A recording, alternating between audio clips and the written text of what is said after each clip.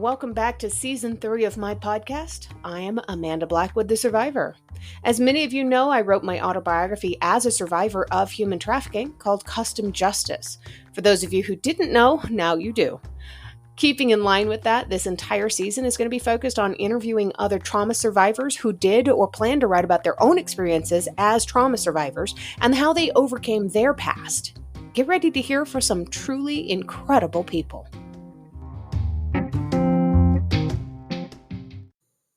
Please hang on for a moment through this brief advertisement. This is what currently pays for the show. Of course, I will also take donations through PayPal to keep the show running, or you can show support by a simple book purchase. I have quite a few out there. Just look for books by Amanda Blackwood on Amazon or Barnes & Noble. Your purchase does go to helping to support local organizations that help fight human trafficking also. Hi, good afternoon, Mason. It is nice to meet you. Thank you so much for joining me today. Hi. It is so nice to finally get a chance to talk to you. Folks, Mason is a child abuse survivor of multiple levels. She lost her father to an overdose. She walked in on her brother's attempt and lost 8 people to suicide. But Mason overcame all of this. She just published a book about PTSD and trauma. It's a fictional young adult novel centered around a school shooting survivor. Mason, welcome to the show. Hi. Great to be here. So, Mason, let's jump straight into this. Where did you grow up? What was your family life when you were little? Okay, so I was born in Flint, Michigan, and I was raised there for the first 5 years, but my mother and father divorced when I was an infant.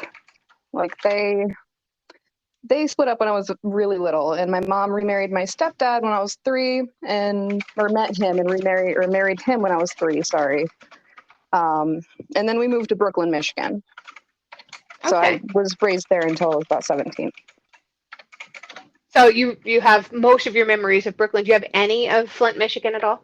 I do. I have really fuzzy ones. I have a few fuzzy memories with my dad there and with my mom there and with my uncle and aunt. Plus, they still live there, and I visit them often. Oh, wow. Okay. So tell us a little bit about the different types of trauma that you've had to overcome because of everything that you've had to go through, and a little bit of your story, if you don't mind. Oh, man. I have survived a lot of stuff, and it definitely had a hand in my writing, but for the most part, it's just been a lot of PTSD has been the biggest issue. I ended up with a lot of avoidance issues and a lot of almost like dissociation. Like I have to joke about it all the time because that's just how you get through at that point. But I did learn to overcome it with the help of more of a found family situation with a lot of really close friends. And my husband is great.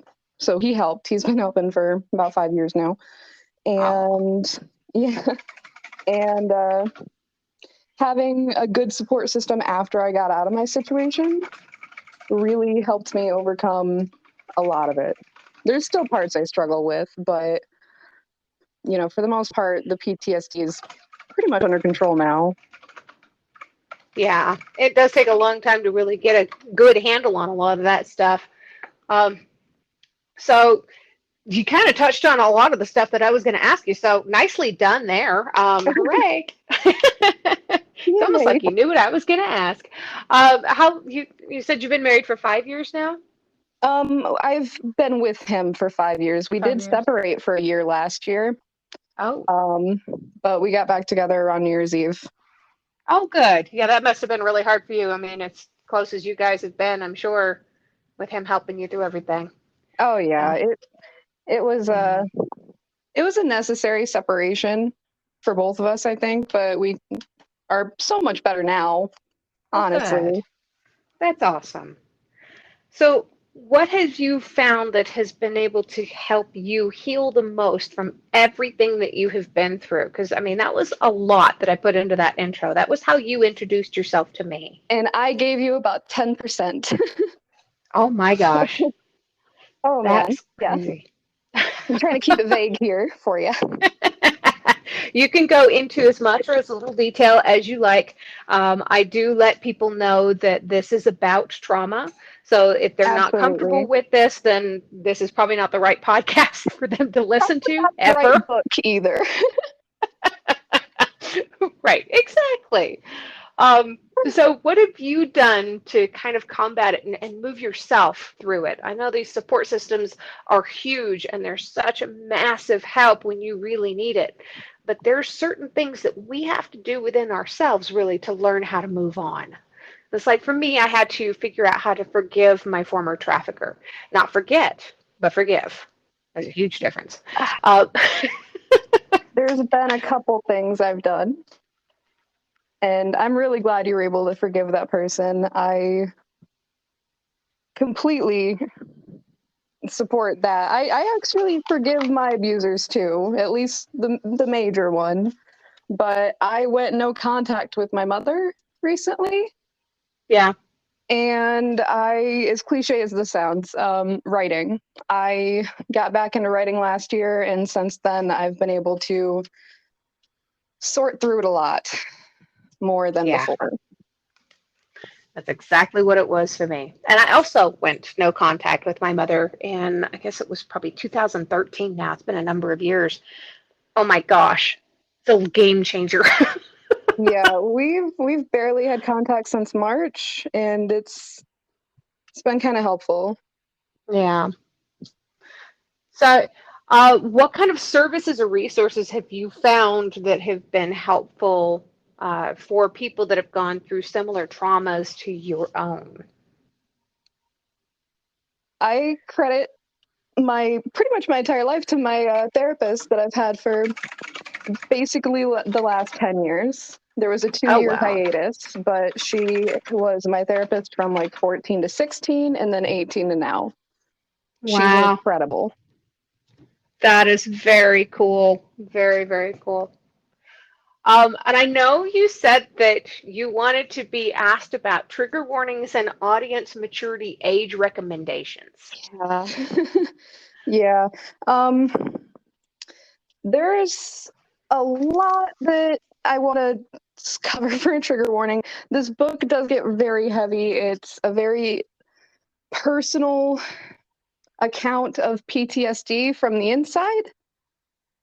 Um, it gets a little dark. There's a school shooting. I mean, the second chapter is a school shooting. I confined it to one chapter, but it happens very early, very quickly, out of nowhere, kind of like it does in real life. Yeah. And it gets really dark. There's talk of suicide, there's talk of domestic violence, but nothing quote unquote on camera, as it Right. were. Um, some violence between teenagers. It's a YA book. There's some fighting. And Right. a lot of swearing. So I would say 16 to up, but mature teenagers can handle this fine. I would have read this at 14 and been okay. Okay. That's definitely good to know. I've got some friends that have kids at about the right age range for your target audience there. That's awesome.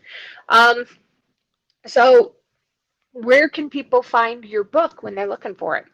Um, So if, Barnes and Noble and Amazon both carry my book. Amazon has hardcover and paperback, and you can find the ebook editions on my publisher's website at Writers Republic Bookshop. very cool.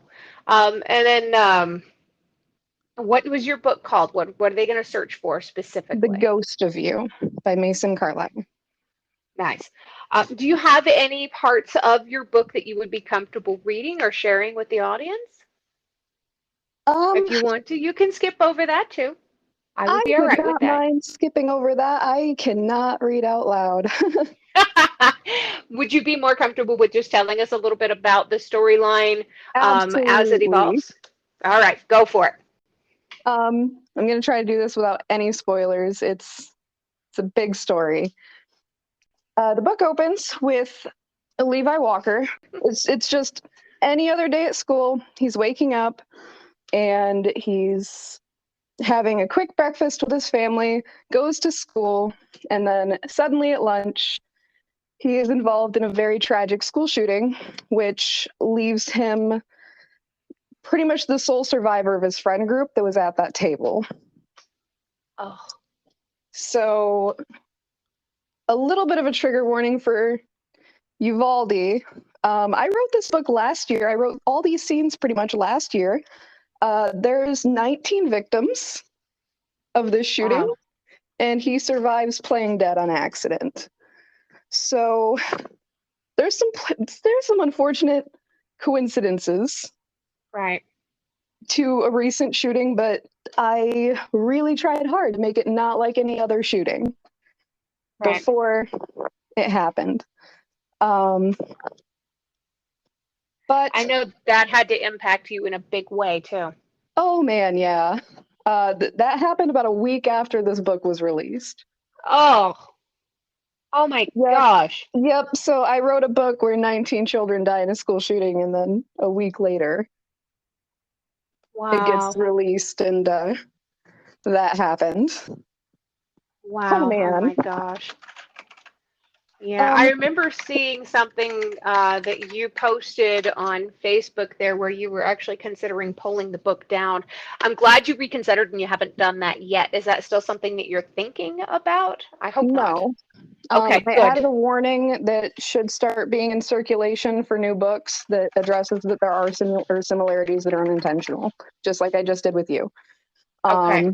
And it also explains that, like I'm doing something about this. I'm not just trying to write this just to talk about a triggering subject. Like I'm donating 10% of profits to March for Our Lives. So there's a warning for that now, because I know that a lot of people will have feelings about that, but I think those kids are really making a difference, and I think that this book matters enough to justify leaving it, even with the unfortunate number. Right. That's good. So this is something that I think, personally, I believe that people need this. I think the kids can probably benefit from reading your book. I think the parents can probably benefit from reading it and understanding what it is that kids go through. I mean, that is why I wrote this book. That is a hot topic of 100% the conversation. reason. Like, I wanted to make sure that kids can see the warning signs in themselves and in each other. And I wanted to make sure parents can see, like, we're not trying to be like that when it gets stressful. Like, there's two sides to all of this. So there's, he struggles with his relationship with his parents for a while. They weren't really around very much before the shooting. And then they moved all the way to a new town in the middle of nowhere right after. Just left the whole situation. Wow. So he's not very close with his parents at the beginning of the book at all. And that relationship evolves. But you see, like, the parents' perspective, you see kind of what parents aren't seeing that they need to. Right. That was my goal. Like, I wanted to make this almost educational in a way. I tried to basically put a psychology textbook into a YA book, and I think I did it. That's awesome. I have to applaud you for this. I mean, I know having your own childhood traumas and stuff growing up, that could not have been an easy thing to do, is to put yourself back into a traumatic space in your brain, in your heart, to be able to put this down on paper and have it be something that can be read by kids. That had to be a challenge for you. Oh, yeah. I had to take a 7-month sensitivity break. Yeah. Yeah. Like, after writing the first part of the book where he's in New York, the wake of the shooting, basically. After writing the wake of the shooting, I had to take 7 months off from writing that book at all. Wow. It was quite hard to get back in that headspace, but it made it more real, I think. Right. Because that headspace and you're feeling the anxiety again all over again, and it's fresh, you can just type out how you're feeling during anxiety issues. So I did help. helped with the writing, and it did help me process a lot of it too. Good. Yeah, that's one of the things that I love to hear the most. That's the only way that I was able to move beyond my own past. I set out and wrote my book, and I had been trying to process everything for years, years at that point. And I sat down and wrote my book in the month of December in 2020. And by the end of that, by the time my book was published, I was finally ready to be able to move on with my life. It was immediately afterward I met my husband. It was amazing. Oh, wow. My writing story is a little bit more different than that. My husband had no idea I could write until last year. Oh my gosh. Yeah. This had to be quite the surprise for him. Oh, yeah. I did not meet him through writing. I met him through my best friend who is tragically passed on, but we met at one of her parties. Oh, wow. But no, he had no idea I could write until last year when I suddenly started writing The Ghost of You. We had been together for 4 years at that point. Wow. Oh my gosh. Have you always had the passion? Have you always wanted to be a writer? Oh man, here's dipping into the childhood trauma about it. I'm going to tell you the worst thing I think that ever happened to me, but it's not graphic. It's more of a psychological aspect, but it's why I didn't write for 7 years. And I do mention that in my author bio, that I'm coming back from a 7-year hiatus. Wow. Okay. Yeah. I started writing when I was in middle school. I had this awesome teacher, Mrs. Schmidt, and then Mrs. Dagenet. Both of them, they just sparked such a big, interesting creative writing. And I remember one of them assigned a short story for Halloween, and I wrote a 22-page novella based around The Telltale Heart by Edgar Allan Poe. Nice. And turned that in. And since then, I just was writing poems and songs and pretty much anything I could think of. And then when I was 16, I got this really good idea for a book. And I was already in independent creative writing, so I was kind of just allowed to work on whatever I wanted. So I decided to write a book, and I finished it in about a year. I wrote pretty much exclusively anytime I had the chance. I was grounded a lot, so been there. Yeah, so I wrote a lot. And I finished the book in a year, and I came home from school one day to find that they read the book while I was at school, deleted it, deleted all of my poems because they got to chapter 2 of the book and didn't like that I mentioned child abuse. So they cleared the entire thing. I called my therapist. I expressed some suicidal ideation, and then they fired her on speakerphone in front of me. Oh my gosh. So I didn't write a single thing until last year. I woke up from this awful nightmare that I survived a school shooting and then lived like months of a life that I wrote, basically. And I woke up and I wrote down as much as I could remember the second I did. Wow. And I just decided to start writing again. And then I realized I still had it. In fact, I was better than ever. And I've basically been writing since. I've got a lot of projects under my belt right now. Way to take it back, man. That's awesome. Yeah, we went no contact over it. Yeah. My mom and I went no contact over me writing again. Wow. Was it because she was afraid that you would tell the truth?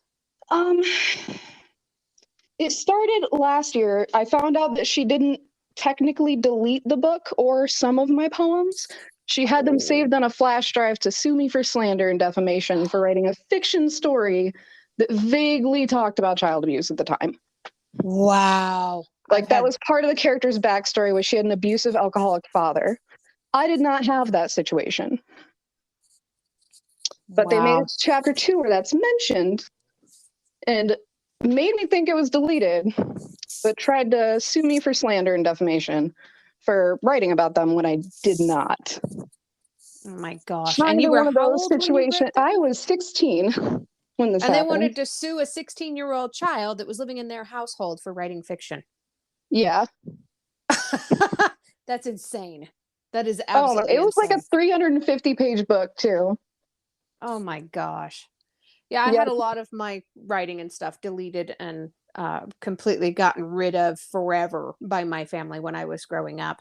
It got to where I started writing books while I was outside mowing the lawn, and the books would only remain in my head, and I never wrote them down, and those stories are lost forever now. I did that too. Um, I definitely did that too when I was younger. There's good news to that story though. Okay. Kind of. So last year, my daughter's first birthday party, my best friend casually brings up in front of my mother on accident that I'm writing again. I had Oh, already been writing for a minute, and this was during my hiatus, actually, like the little break I took for sensitivity. yeah. And my mom's like, "Oh, I still have all your old writing stuff." Just so casually, she forgot. She forgot the context of why she would have that. So the next day, she brings me a flash drive, and it's got the book on it, and it's got some poems that vaguely allude to like suicide and my brother's attempt, and feeling really depressed. Like, I personally would hospitalize my child if I saw these, not, Yeah, not you threaten to know, sue them.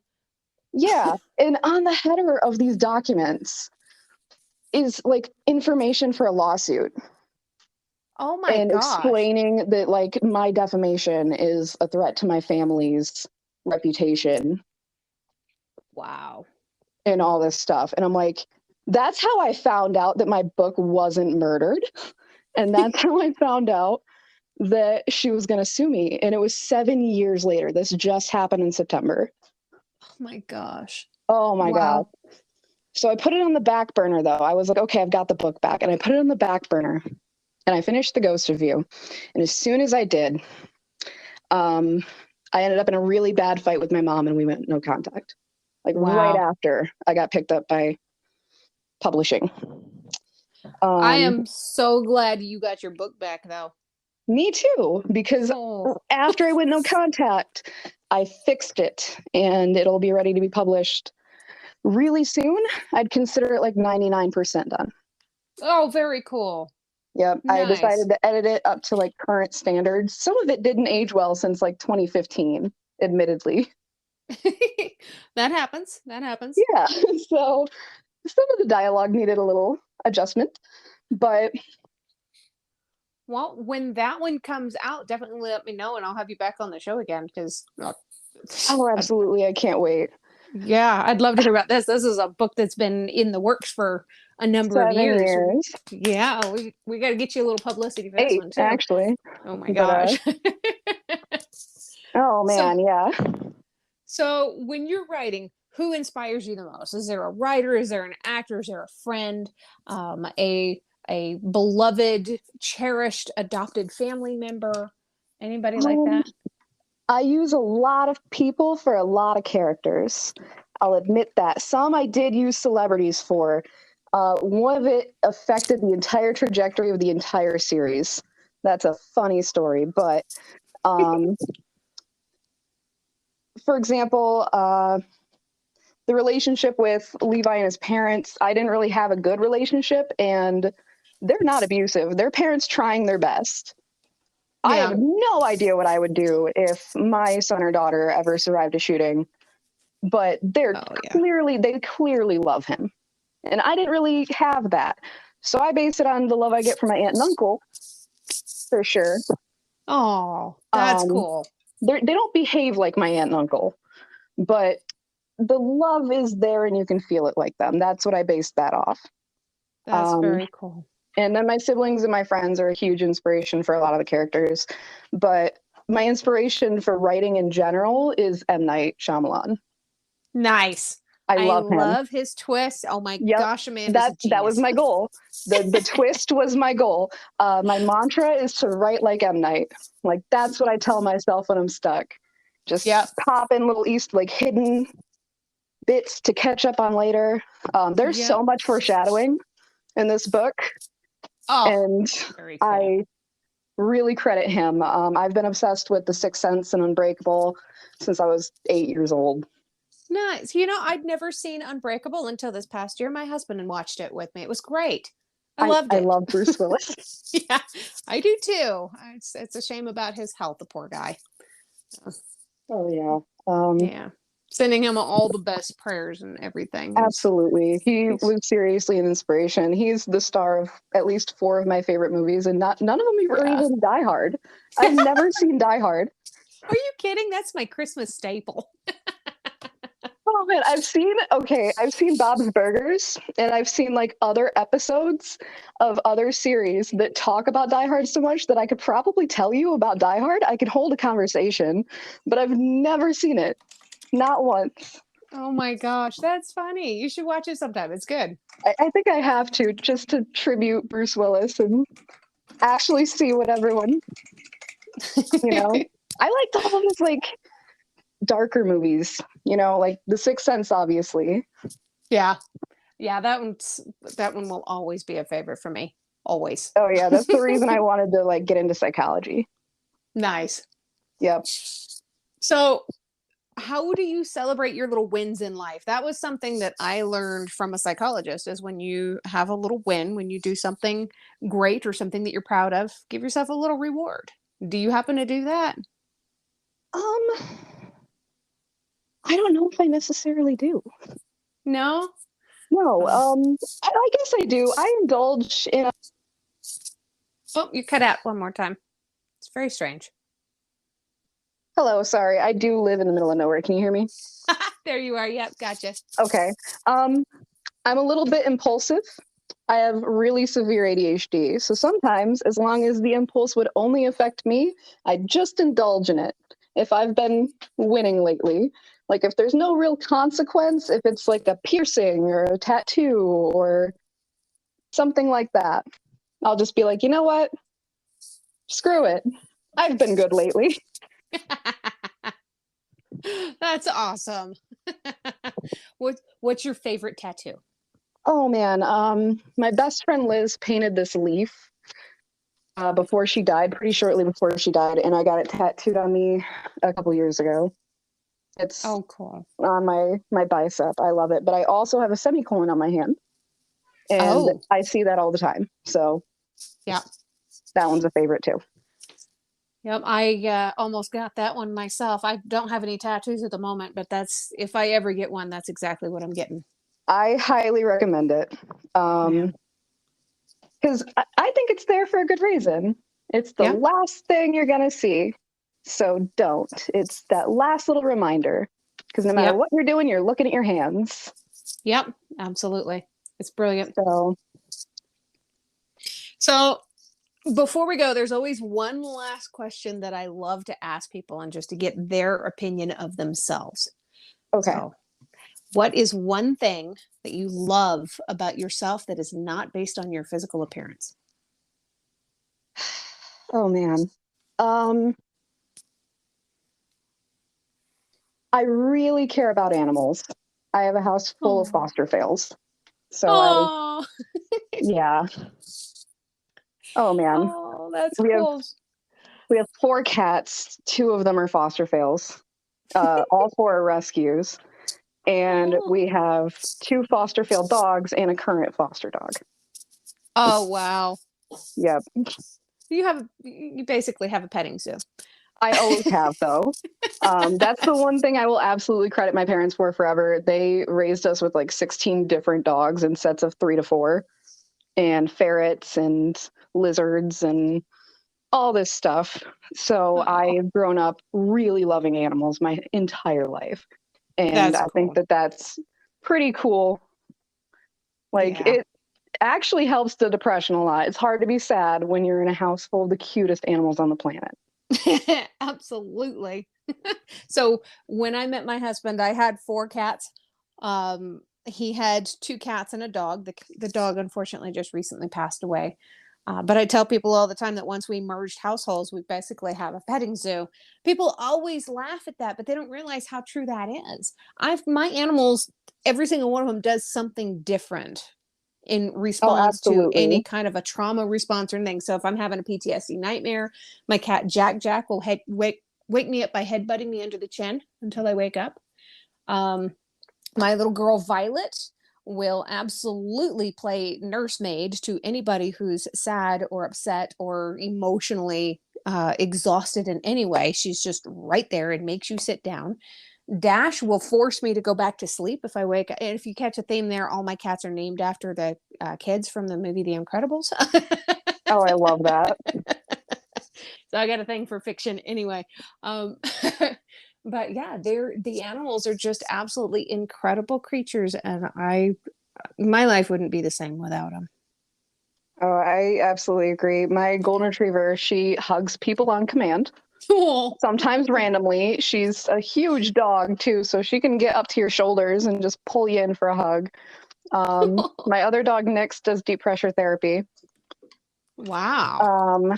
Then Cassie and Celeste, two of the kittens, they're Dilute Calico twins, cutest things in the world. I've been fostering them since they were 2 weeks old, and I just kept them. I got really attached to the one that had FTT. Yeah. But they both need on people making biscuits. And Deku just loves to lay on laps and be held like a baby. So, oh, that's awesome. Yeah. You got a fun little household full. Oh, yeah. And kids. I also have two very young children. So, oh, my goodness. How old are they? I have an almost 5-year-old and an almost 2-year-old. Oh, that's such a fun age. They both turn or have birthdays this fall. So, oh, well, happy birthday to them early. Absolutely. Very cool. They're amazing. I had Jason when I was 19, and he's just incredible. And my daughter is the sweetest thing ever. Aww. Crazy, but adorable. I'm old enough now that my husband's daughter, my stepdaughter, is married, and she and her husband have baby fever. So we are looking forward to hopefully being grandparents in the next year or so. Ooh. I know. Man. We're excited, but I'm feeling old. There's a whole nother generation of a cycle being broken. Yep, exactly. That girl is amazing. My stepdaughter, she's absolutely one of the most amazing people I've ever met. She's kept her nose to the grindstone, and she's been a studier and pretty much her whole life. She just got her master's degree. Oh my God. She's far and away way better human being than I ever thought of being. Well, Mason, just one more time, the name of your book is The Ghost of You by Mason Carlisle. Is there anything else that you wanted to add before we go? Any advice for anybody else who's a survivor of either school shootings or anything similar to what you've been through? Oh, did I lose you one more time? I think you might have. Am I back? Oh, there you are. Now you're back. Okay. I think the biggest thing is just realizing that above all, it's not your fault. I struggled with the blame and the survivor's guilt of a lot of different situations. And I think the guilt is easily the worst part that contributes to things like depression and suicide and severe anxiety. And I think just knowing that hindsight bias and rumination do not equal that you could have done anything differently in any of those situations. So just please know that it was never your fault. It does get better. It absolutely has to. Like, I remember when I was 16 and I was extremely suicidal all the time. And I dreamed of having exactly the life I do now. Like, I wish that I could tell 16-year-old me that when I was as depressed as I was, that it gets better, because it absolutely does. It might take some time, but it gets better, and none of it was ever your fault. Nice. That is absolutely beautiful advice. You're spot on. I think a lot of people struggle with that too. Anybody who's gone through trauma in some way tries to force themselves into the blame, whether it's survivor's guilt or I shouldn't have ended up there, or this is my fault, or I wore the wrong dress, or any number of things. We force ourselves into this guilt. That is absolutely 100% the main plot of The Ghost of You, is Levi's struggling with his guilt for the shooting. while he heals through it. So I think that it's a very important lesson, and I really hope that it hits where it needs to. And I hope that there's just more kids like me who can have a better, easier to swallow way to understand it in a way that is fiction.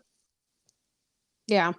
And they can kind of distance themselves from it while still being put into somebody else's head. I think reading like that is a great way to learn empathy for not only yourself, but for everyone else too.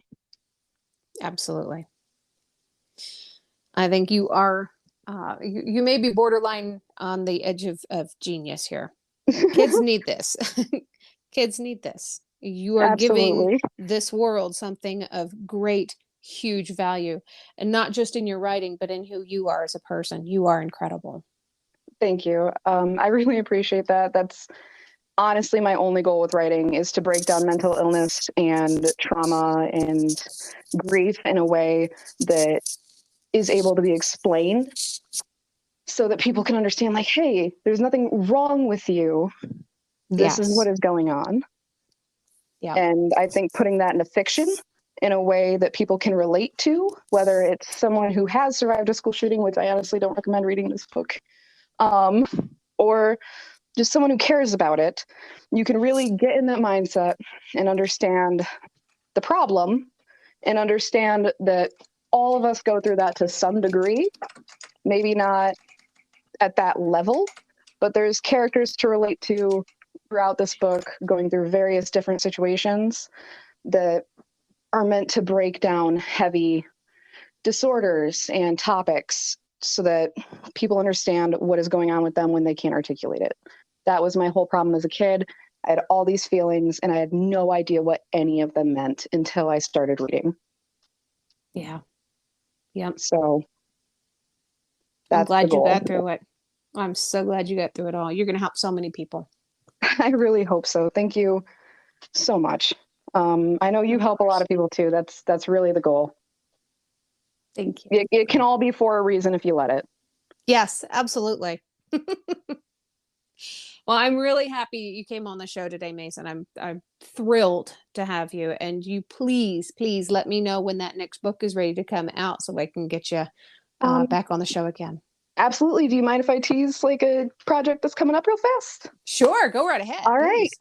September 28th, I will be dropping about a chapter by chapter release of a story on Wattpad that is a companion to The Ghost of You. It takes place during The Ghost of You, narrated through Adrian O'Connor, the deuteragonist of the book. So the narration has changed, but consider that the prequel to the second book coming out. It's like Lion King 1.5 to the Ghost of You saga. You don't need it, but it'll be available on Wattpad starting September 28th. And you can find information for it on my website. Nice. And plug that website? What's your website? MasonCarlisleAuthor.com. Awesome. And folks, that will be in the description of the podcast when you see it also. All right. All right. Thank you so much, Mason. It was a pleasure having you. Definitely stay in touch with me, okay? Absolutely. Thank you so much. Thank you. Have a wonderful day. You too. Bye.